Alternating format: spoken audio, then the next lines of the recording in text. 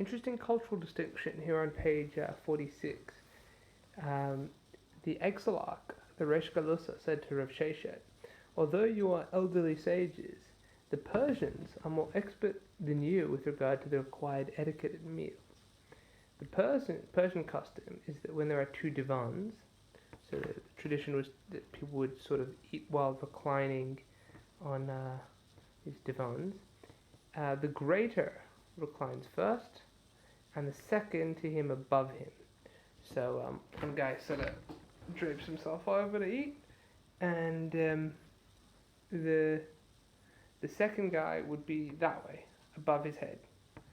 Yeah, and when there are three, the Exarch says of the Persians, the most important will be in the middle, the second to him will be above him, and the third to him will be beneath him. And that's not how they did it. Not how the Jews did it. Not how Rav Sheshet did it.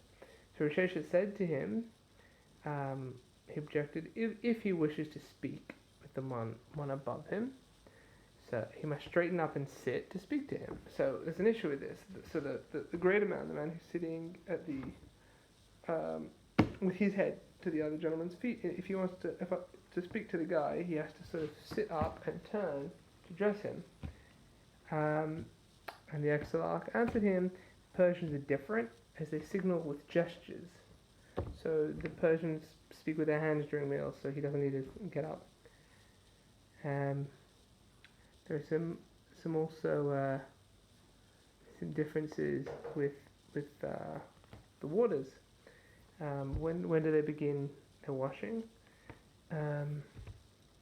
And so Rav Sheshet asks, and the Exarch responds, they begin from the greatest. So the highest guy washes his hands first for the meal. And Rav Sheshet says, should the greatest sit and keep his hands clean and wait for everyone else to wash? And the Exarch said to him, no, in Persia they bring him his table immediately. Everyone eats on separate tables, and the greatest person, after he's washed, they bring him his table and he begins to eat. So interesting. This is, if I recall correctly, this is the second time that we've had nice things to say about Persian etiquette. The first being Rabbi Akiva's line, I think it was, 3 things I like about the Persians.